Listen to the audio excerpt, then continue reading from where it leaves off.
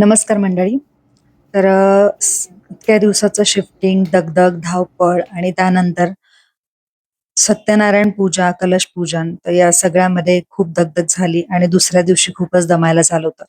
सगळा पसाराही तसाच पडला होता दुसऱ्या दिवशी आणि अजून खूप सारं सामान आणणं बाकी आहे. कपाट, बेड सगळंच येणं बाकी आहे.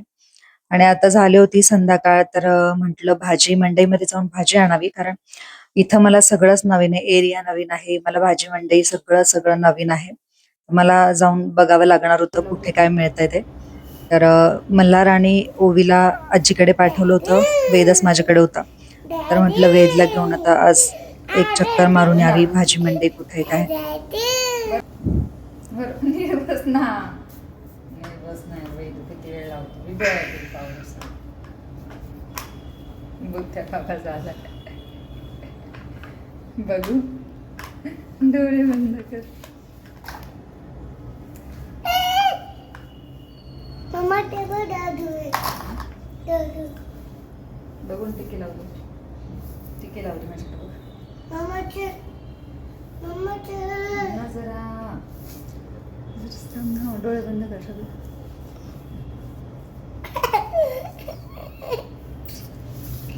डॅडी वेदूचं आवरून आम्ही भाजी आणायला शूज आण. निघालो होतो.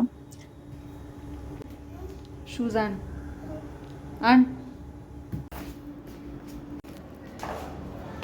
माझ्या आधी त्यालाच जाण्याची किती काही बघा. बाहेर जायचं म्हटलं की आम्ही नेहमीच तयार असतो आणि सगळ्यांच्या पुढेच आम्ही निघतो. त्याला सुद्धा सगळं नवीन दिसतंय. नेहमीसारखे रस्ते नाहीत, नेहमीसारखा एरिया नाहीये, सगळं नवीनच दिसतंय. हळूहळू सवय होऊन जाईल.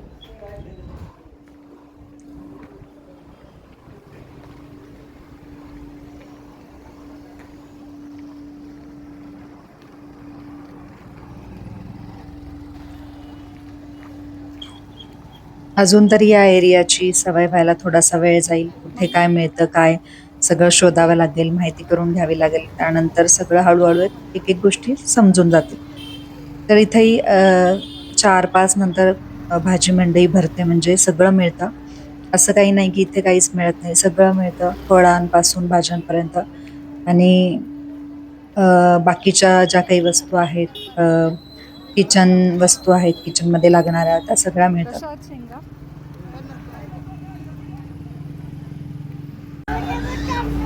तिथे मला काय? भुईमुगाच्या शेंगा दिसला. भुईमुगाच्या शेंगा मला खूप आवडतात. म्हणजे ओल्या असतात तेव्हा त्या खूप छान लागतात हं? आणि उकडल्यानंतर त्या अजून छान लागतात. म्हणून मी ते पण घेतलं. आणि इथं आल्यावर माझ्या लक्षात आलं की भाज्या पण इथे तसं बघायला गेलं तर स्वस्त आहेत आणि शिवाय ताज्या पण दिसतायत, टवटवीत दिसतात आणि इतर ठिकाणी जशा आहेत त्यापेक्षा इथे मला थोडं भाज्यांचा रेट सुद्धा कमी वाटला.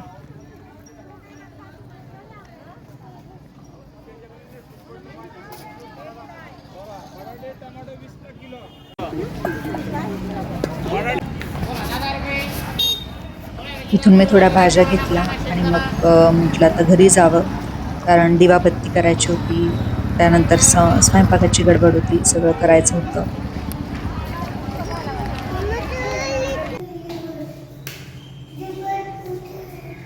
घरी आल्यानंतर लाईट वगैरे लावली, दिवाबत्ती केली.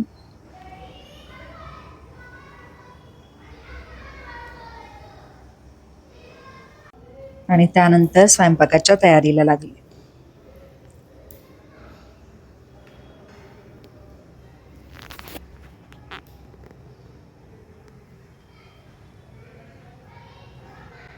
वेद काय करतो तू?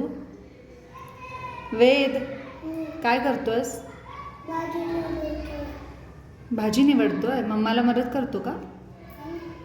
मम्माला मदत करतोय. कोणती भाजी आहे? शेपू. कोणती भाजी आहे? शेपू. तुला आवडते का शेपू? खाणार आहे तू शेपूची भाजी? नको? का रे? दुसरं घे ना, दुसरी भाजी तू. तर अशा पद्धतीने वेदने मला मदत केली आणि भाजी निवडून झाली. त्यानंतर पीठ मळून घेतलं. आज मी साधाच मेनू ठेवला होता कारण खूप शीण आला होता. तर शेपूची भाजी मस्त मुगाची डाळ घालून केली होती आणि पोळ्या, वरण भात असं साधा मेनू आजचा होता माझा.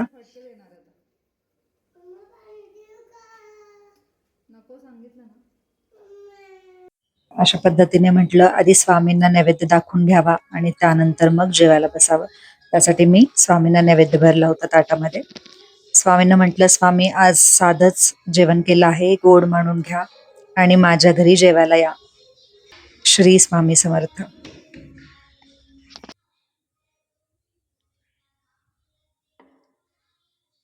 आपल्या घरामध्ये जे काही बनतं ते साधं असू दे, अगदी पंचपक्वान्न असणं गरजेचं नाहीये. साग्र संगीत असणं सुद्धा गरजेचं नाहीये. आपण जे ताजं अन्न शिजवतो तेच स्वामींना गोड आहे, स्वामींना प्रिय आहे. फक्त आपला अंतर्मन शुद्ध आणि सात्विक असणं गरजेचं आहे. भेटूया पुढच्या ब्लॉगमध्ये. श्री स्वामी समर्थ.